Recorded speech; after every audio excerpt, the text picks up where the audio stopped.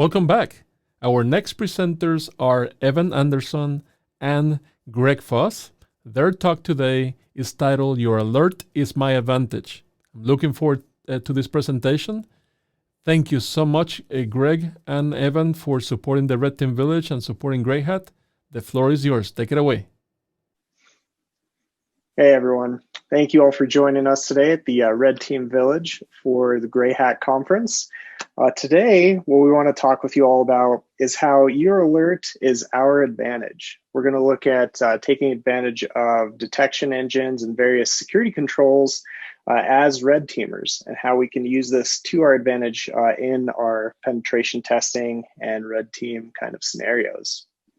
So to kick things off, my name is Greg Foss. I'm a senior threat researcher and security strategist with VMware Carbon Black, basically focused on strategic threat intelligence and various aspects of, some of the alerts that you see within the entire Carbon Black pipeline. And over to you, Evan. And I'm Evan Anderson. I'm the director of offense at Randori, where my main focus is making sure our automated attack platform is as authentic as possible. All right. So what we're going to run through here is how kind of an attack looks, like what an attack looks like from kind of the offensive point of view, running through kind of all of the steps from really scanning the perimeter, going through stack ranking, all of the what we find, what kind of assets are out there sitting on the perimeter, figuring out like what things are interesting. So assuming that there isn't just like some public CVE sitting on the system, what kind of techniques and capabilities that attackers run through, what that looks like once they pivot inside the network, and kind of essentially what attacks look like, how it goes through scanning, finding things, rinsing and repeat on the inside, scanning and finding things. Really what we're going to be talking about is how kind of noisy some of this can be, and how as attackers we have to proceed with caution. There's a ton of ways that we can get caught. When you're doing network scans, obviously there's network monitoring. When you're actually exploiting systems, there's intrusion detection systems, endpoint detection and response, next-gen AV or just regular AV. All of that stuff generally winds up being fed to some sort of SIM where there's system logs and all of that data gets correlated. Your internal, there's honeypots that you could be tripping over, the newer honeycred stuff that you could be running into. You could accidentally alert a user that you're doing something by popping up a dialog box or rebooting the system that they're on or doing any of these things. So kind of it goes on and on forever. But really what we want to talk about is how there's a difference between getting caught or getting detected and getting caught. Most of these things you might be detected, but you might not necessarily get caught. Right. And that's a great point, Evan. I mean, one of the things we look at when we're building these detection rules is how high fidelity are these indicators going to be, when we're adding these two various detection kind of ecosystems.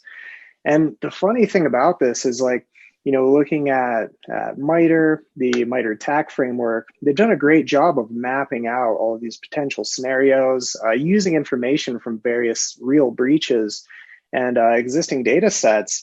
But at the end of the day, I mean, a lot of this is really just mapping out like the functions of how a computer is used. So it becomes very difficult for defenders because we have, so much to cover. We have to look at all these different components of these various assets. And we have to understand those and how they all relate together, and what we can see in terms of how these systems connect, how they communicate, and what the actual result of some of these commands that are being run on these systems actually mean, which makes it very difficult. There's even new terminology getting mixed in with the mix here in terms of we all know about true positives, which is going to be a valid alert, and then false positives, which is something that's not a really valid alert.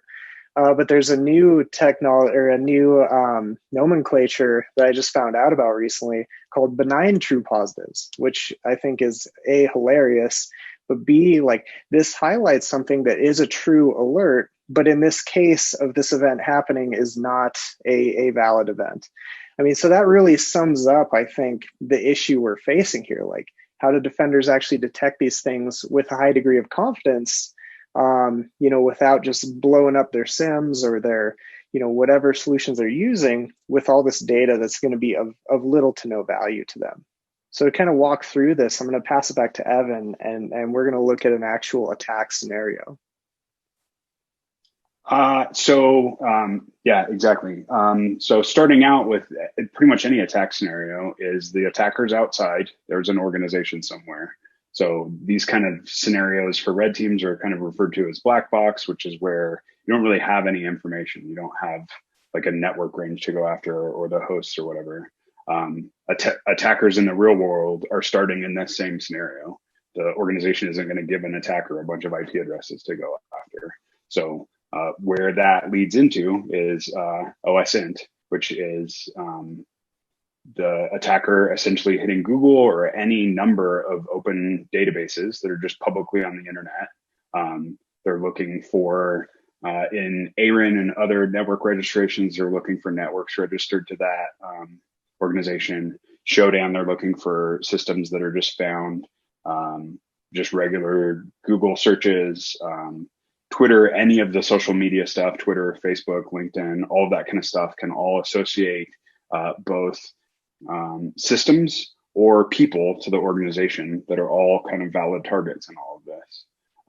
This kind of OSINT reconnaissance is really hard to catch at first, but there's some things I've seen where organizations trip up for this, but this is really hard. It's pretty unlikely that you're going to trigger an organization from these because none of this stuff is actually touching their infrastructure.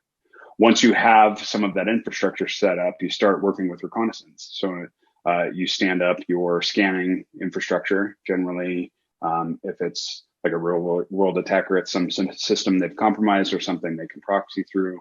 Red teamers are going to jump through lots of cloud infrastructure and that kind of stuff to actually start scanning the perimeters of these customers' networks. And that lets them actually figure out what these systems are that they've found through all this open source intelligence and hide themselves because they are actually reaching out and making connections to these network devices. Once they have kind of scanned these systems, they start figuring out kind of what the layout is for this organization and build up a map of how the systems interrelate, how the people are related to these. If there's like, for instance, a VPN that might be associated with a certain group inside the organization that you could find from finding all of these people on LinkedIn. And you might know that HR is going through vpn.hr.badcorp.com or whatever the company is that you're going after. But you start trying to figure out like, how does someone actually interact with this organization from the outside? So where that helps you start to begin to target what systems you would want to compromise to get to data and other systems further inside the network. And that starts to look like a prioritization. So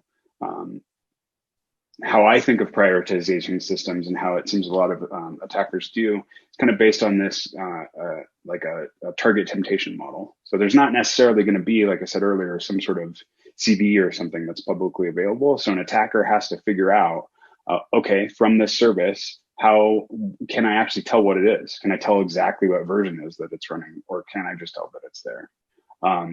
You do take into account, are there POCs or other weaknesses that are in the system, or are there a history of those? Might make that system more interesting.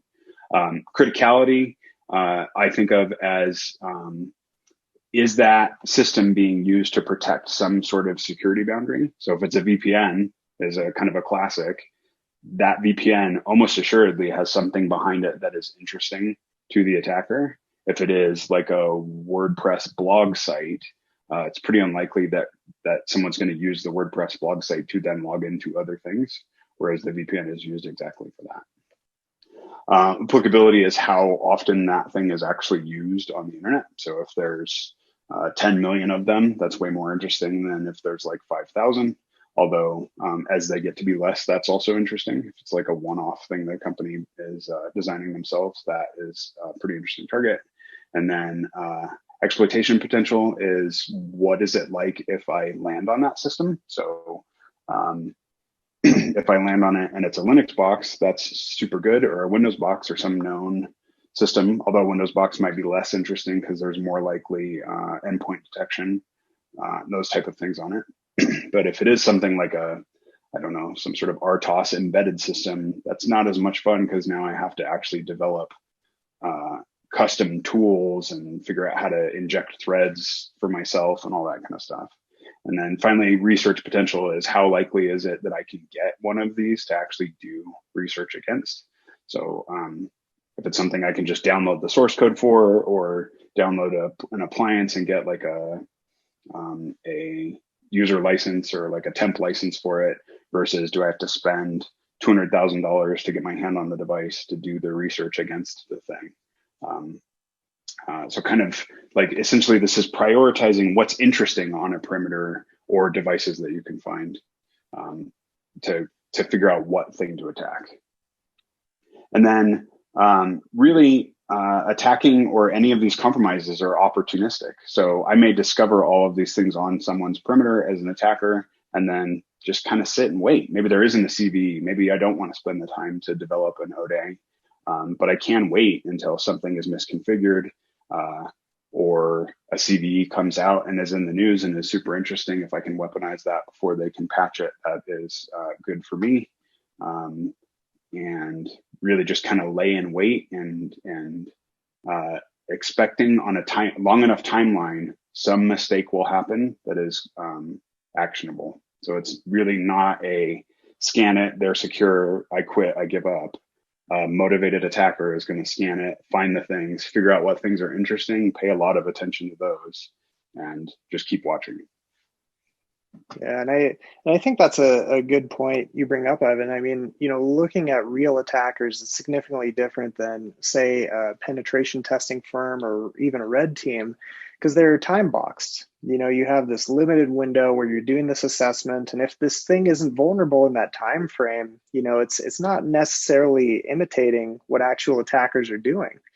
And that's why it becomes very imperative to security teams to figure out how you can effectively monitor these types of systems and figure out how you can put some controls in place to help mitigate some of these risks. When you have these patch windows that, for internet facing services that say, like a VPN that you're running that has a critical vulnerability that comes out, that say allows for remote code execution or authentication bypass or something of that nature, you really need to be knowledgeable and cognizant of when these things are coming out and figure out what types of compensating controls you can put in place to maybe prevent someone from taking advantage of these vulnerabilities in that window where you have your SLAs within your IT organization, where they're going to say, hey, we have a 30-day patch window for critical vulnerabilities in internet-facing systems, right? I mean, that's not good enough when some attacker's been monitoring you and sitting there waiting for some opportunistic threat to arise that they can leverage. So you really need to figure out, how you can tackle these things as they come up and have these redundancy plans in place. Because these types of issues affect every company of every type of size, right? These patch frequencies are going to be gaps that can be taken advantage of. Poor IT hygiene.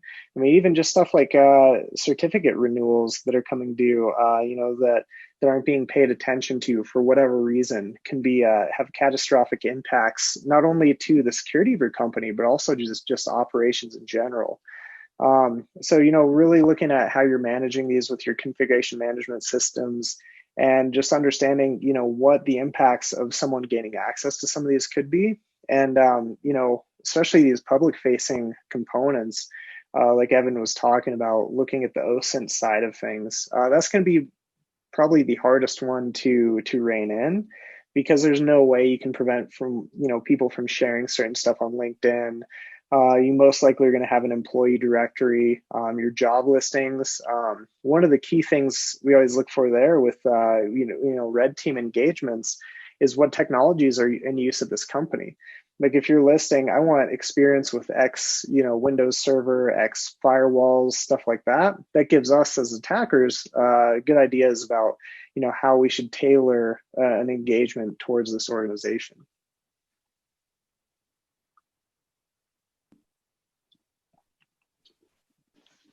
So picking up here, the attacker now has this stack rank list, and there's a couple different ways that right now a lot of that kind of initial compromise is going to happen. So the attacker here from the outside has some infrastructure that they've stood up, and they really are trying to figure out, how do I get that initial foothold into the organization? There's really kind of two ways you can do this. You can start sending phishing stuff to users, right? This is super common. So going to send an email that just has tricks a user into doing something that they probably shouldn't be doing, like opening up a document, running a macro, authorizing a web app for Office 365 seems to be a really super common one right now. So it's make like a spoofed, hey, this app needs access to, or you need to authorize this app to use your credentials to get access to whatever. Say, hey, you failed your security training, go fill out this form. And that form is a link that then gives the person access to whatever their cloud-based identity management system is super common right now. And then the other one is just good old-fashioned compromise something that's sitting on the perimeter. So you've found this target that you found interesting and have stacked ranked. Maybe you've developed capability against this. So just go ahead and get that exploit going and get your shell on that box. Right. And that's the big thing we're seeing now in terms of this initial foothold attainment by various threat actors is, more commonly than not, they're just going after these insecure, like remote desktop protocol, open the internet without multi-factor enabled kind of attacks. And more recently, we've seen various attacks against VPNs and load balancers. So all of these kind of components of what the edge of your network looks like are going to be areas you really want to focus on. And some ways you can detect some of this initial exploitation. So someone does, say, gain access through RDP on one of these, say, a public-facing Windows server. You want to look for any net new binaries showing up in that environment. Is someone dropping an implant on this host? Is this something that you've never seen anywhere else in your environment? That should raise a flag and probably be prevented from executing to begin with. Ideally, you want to have a whitelisting process for every binary that's allowed to be executed within your environment. Realistically, that's very difficult to do. So it's not often that happens. So next step you can do is, if you're looking at all of this data, you can leverage long tail analysis to look at, what are the least commonly observed binaries in my environment? What are the least commonly observed hashes? Are these things that exist in VirusTotal? You can go and check these and see, is this something where, this is probably something I don't know about. I'm going to go detonate this and see if this is actually a malicious binary. And so using just simple things like the long tail analysis across your environment of this stack ranked kind of data can be very valuable in this instance.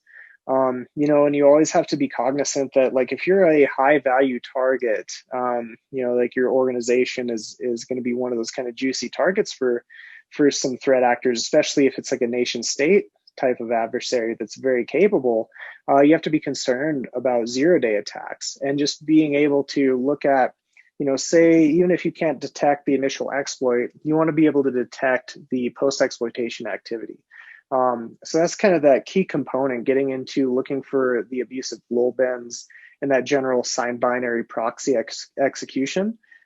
Because those will be indicators that someone's trying to execute code in your environment, and doing post-exploitation and initial reconnaissance are some of the easiest ways to pick up on this activity before this attacker is able to leverage this initial foothold to pivot deeper into the organization and cause more significant problems. Exactly right. And once that initial system has been compromised here, and that access to that system has been persisted, and the attacker can get all of that stuff, he essentially is acting as a almost a nefarious system administrator. So all of the lol bins and all of that kind of stuff all wind up being things that lots of administrators are running on these systems all the time anyway, to discover or to really connect to these services or use them. So there really is an opportunity there for red teamers to start using these tools. And depending on how all of the alerts are set up for these and people trying to monitor for all of this stuff, you just kind of blend into the noise of everything. So it turns out systems are always connecting to SMB. They're always trying to find a database. They're always looking for the file share. So it's not as obvious all of the time for the protector or the defenders as you would think it is with some of these things.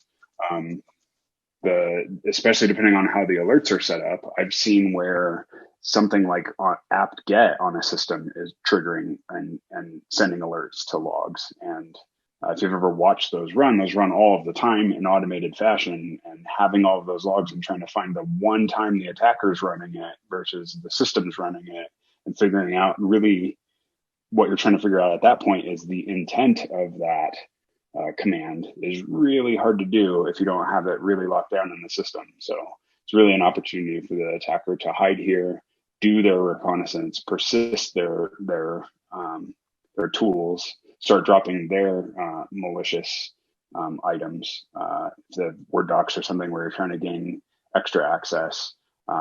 Look for other systems to implant and really dig into that environment. Right. And that's why, you know, detecting that initial foothold is so important.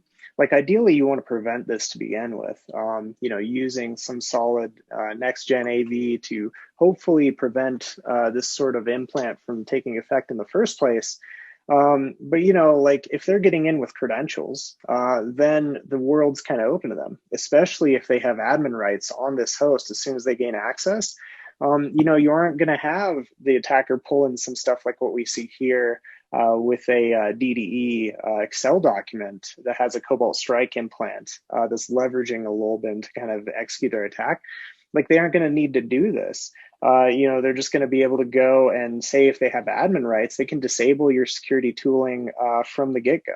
So that's one thing we really try and look at in terms of defending against some of these activities, is picking up on, are the security tools being impacted in any way? One big thing for us is attackers attempting to disable AMSI, Microsoft's anti-malware scan interface. That alone is a solid indicator that we can trigger on to prevent this type of activity. So, but even then, like so much of our industry is hung up on like, how do we get in like ninjas and have no one see any of this activity? Like at the end of the day, is that even important? Like you can set off alerts in environments and there's no way to do red teaming and penetration testing in general without setting off alarms. It's not setting off too many alarms or too high of severity alarms. Because, you know, no matter what you do, like people just using a computer in their environment, it's going to set off alerts. But if you're, you know, if you're just not blowing up these systems, you're going low and slow, taking your time, doing more methodical approach as you're doing the engagement, you're probably going to just end up blending in with the noise of their environment. And that's even assuming that this team has tuned their tooling, which I'd say most people actually don't. They enable the defaults and they call it good. And when something bad happens, they go out and blame the vendor. So really, you know, triggering an alert is not the end of the day. Exactly right. So here, as the attacker has pivoted or compromised the original system, set up their persistence, it's calling out to the internet. That already should be a place where alerts can happen. But it turns out a lot of things call out to the internet. A lot of stuff goes to AWS. So that system that's been compromised on the perimeter, now maybe that can get to some sort of user, start enumerating like user systems or desktops or something like that.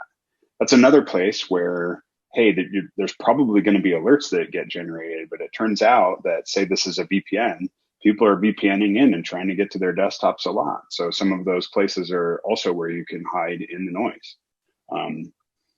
Once that kind of enumeration happens, maybe the credentials try to get used on another system and that fails. So another opportunity for that to get caught. But people are logging into stuff that they're probably not supposed to be trying to log into all the time.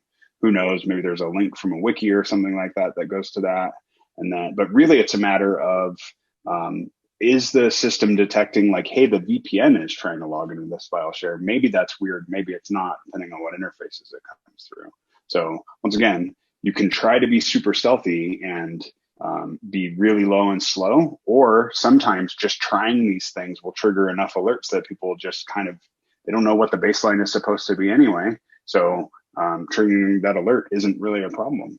And then that system can now finally pivot to some other box on the network, right? And get access to that and then just spread from there. Common thing that you're trying to do is find your failsafe. So backup systems are a great place for this. If you could get access to the backup system and then have it do C2 out to somewhere else, that's super amazing, because then during all of the remediation, you're just in the backups anyway.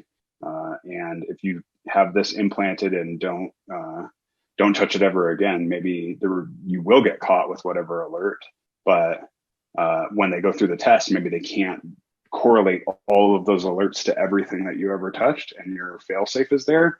Or even better, they're restoring from a bunch of backups and you're in there already in the backup of the system that they're restoring, if you've been low and slow enough and have been able to successfully bypass some of the alerts, or really getting caught by those alerts.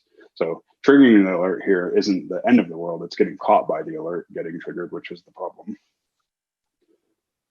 And then finally, reaching whatever the objective is, which is generally either secret data that the company is trying to protect, or not necessarily secret, but like intellectual property, or getting to domain admin, whatever the thing is, and being able to really exfil that data out to the internet and get it taken care of.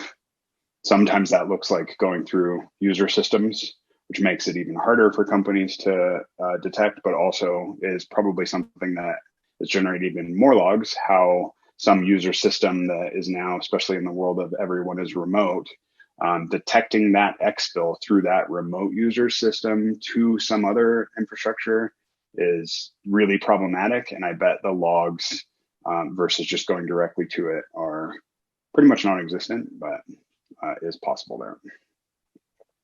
Right. The other key thing we're seeing with various like malware families, especially these double extortion groups that are trying to exfiltrate data before they do their ransomware attacks, is often leveraging DNS. It's one of the more stealthy ways, I should say, and not too many groups do this. But if you see like a single asset in your environment making hundreds of outbound DNS requests to a single domain, and then you see a bunch of different subdomains, like hundreds of different subdomains, there's a good chance that is active data exfiltration happening. But the reality is, like, a majority of these data exfiltrations that we've observed are just going straight through users, oftentimes even storing all of their tooling on a user system. Like one of the latest ones we saw, they were actually leveraging OwnCloud. So they installed OwnCloud on this victim's computer, and they were just literally dropping files in there that would get synced out to their cloud infrastructure, which is essentially their, other compromised assets. So really, when you're looking to detect and prevent on a lot of this activity, you need to look for, what is this outbound activity in your environment? What ports are you permitting? What types of services do you allow? And do you have visibility into these? Some of these groups are just leveraging straight FTP. So if you're simply doing full packet capture on your environment, there's no reason why you shouldn't see anything being exfiltrated over FTP. HTTP is another very common one. And most often these attackers that we're looking into are trying to leverage existing common command ports that are already in use within your environment, because they don't want to set off any alarms for any reason that is not necessary. Like, it's funny, if you dig into the rules in various products, like one of which I found, there's actually just a rule that would fire an alert whenever port 4444 was used, so the default Metasploit port. I mean, is anyone actually going to do this other than people maybe testing in an environment? Probably not. Most likely they're going to use like HTTP. Oftentimes they're going to do encrypted comms over HTTP or just use HTTPS directly. So, you know, really just want to have this visibility into these different egress points and have the ability to understand, like, has a large amount of data transgressed over the network? And if so, you know, what was the history of that, like leading up to that point? So a lot of different things you can do here, but at the end of the day, like it's difficult, right? Because us as attackers, we're going to blend in. We want to act like an employee at this company. So we're going to do everything we can to not set off any of these alerts, unbeknownst, you know, to us, kind of what we're doing. We want to have a plan for as we're going through this environment and triggering only events that are going to be kind of low fidelity and things that could be, you know, shrugged off by the SOC when they come across it. So after the data has been exfiltrated from the environment, the attackers are going to look to monetize on this information. So a lot of this data is going to be pushed to a marketplace. You know, usually these systems that this is middleman to begin with, you know, from the environment is going to be other compromised infrastructure that these attackers have already taken over. Most commonly, what we see here is like, you know, WordPress websites, you know, IIS, stuff like that. But essentially, you know, as soon as they move it there, they're going to quickly shuffle this off and then begin their encryption of the environment. So, you know, we're talking about red teams earlier. This is something that's definitely out of the scope of a traditional red team attack, but it is something we see significantly now in terms of just ransomware attacks and e-crime. You know, ransomware, I'd say, is the most prevalent thing we deal with on my side. So it is something where we did want to cover it here in the extent of like taking, you know, we're talking about how we would attack systems and turn that into, you know, how actual groups are going out and attacking these environments. And the key thing here that I want to highlight and why we decided to show a ransomware attack is the fact that if this attacker has been able to exfiltrate data from the environment already, they're gonna make a profit regardless of whether you pay this ransom. And that's kind of the whole thing behind these double extortion attacks, is the fact that they're betting on the fact that even if you are able to recover using your backups and restore your data, they still have all of your data, and they're going to go sell this. They're going to use it to embarrass you. They're going to post this on their extortion websites.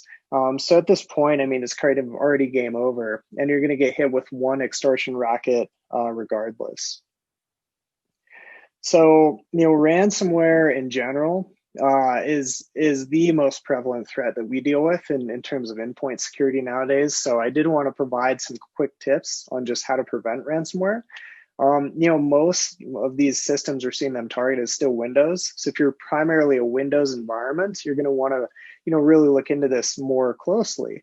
Though we are seeing them migrate to Linux now as well. And I imagine very soon we'll start seeing this hit OS X because now there's so many companies that are leveraging Macs as kind of their main daily drivers for their workforce. But the big things on Windows systems is they're going to attempt to disable Windows Defender almost all the time. This is baked into most every kind of ransomware variant that we've looked at.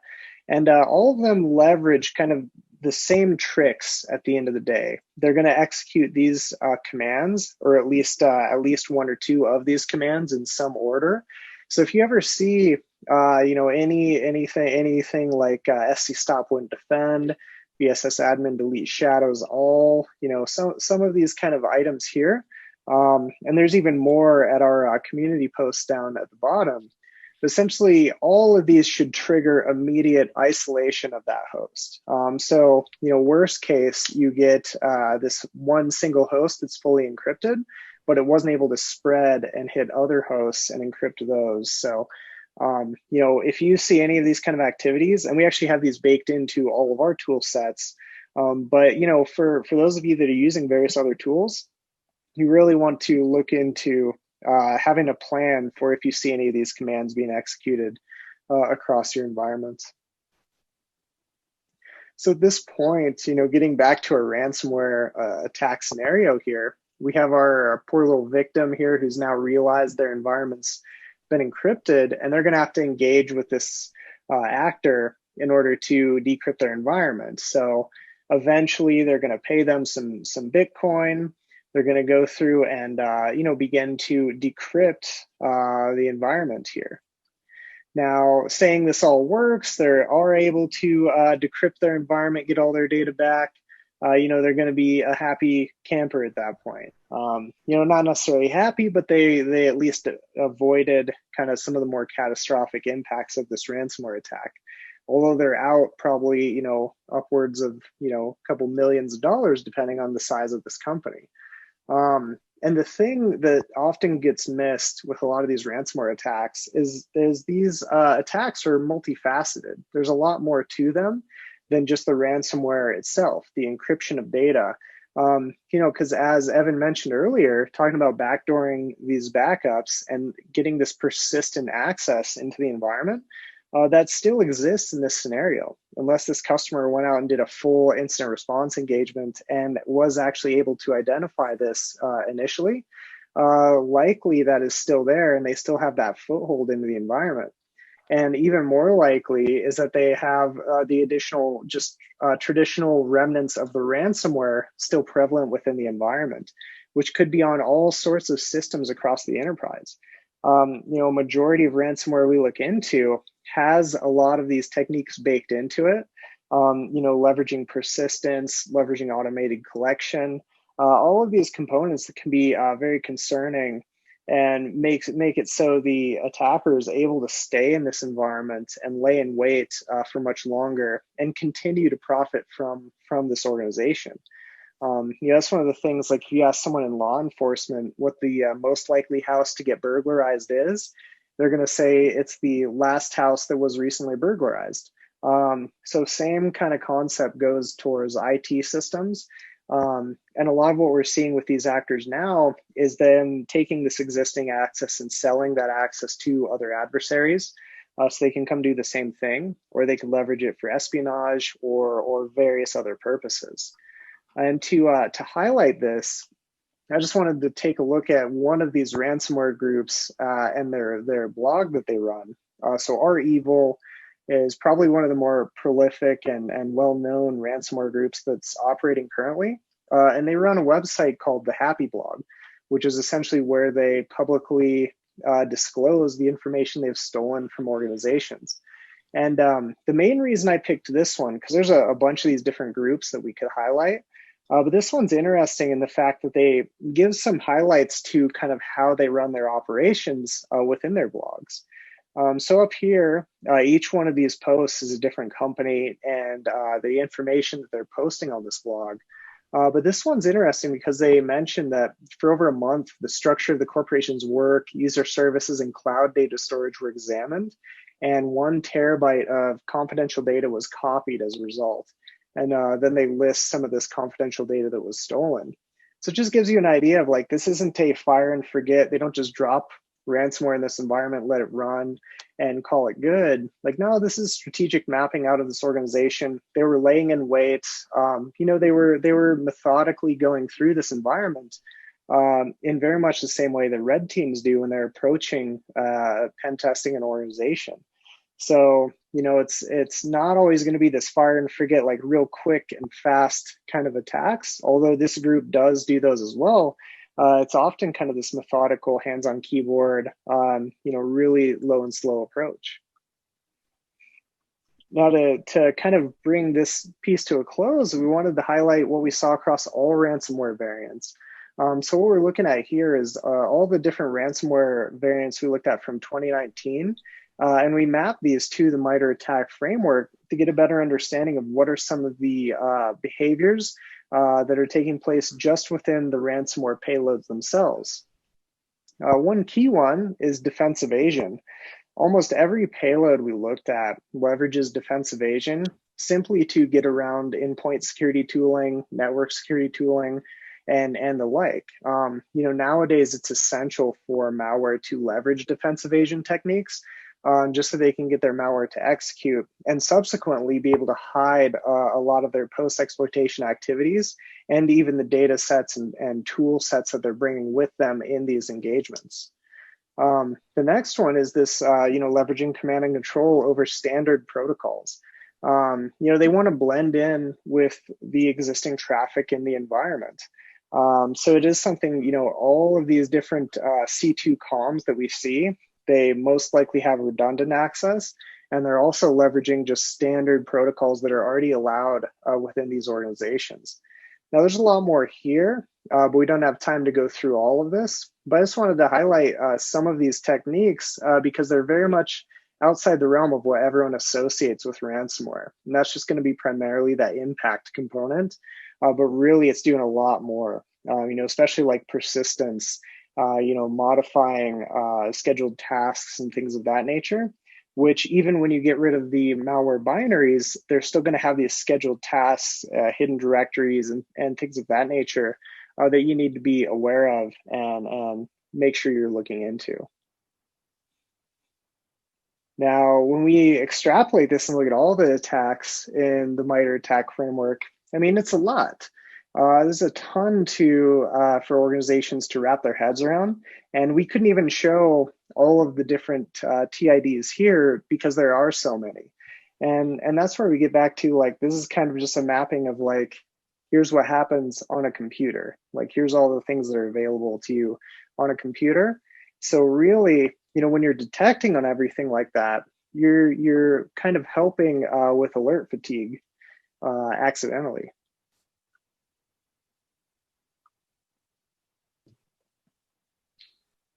Very much so. So like we saw before, kind of starting out here, there's tons of ways that you could get caught. And you have organizations now that are starting to have metrics like how many of the MITRE attack framework things do I trigger alerts for?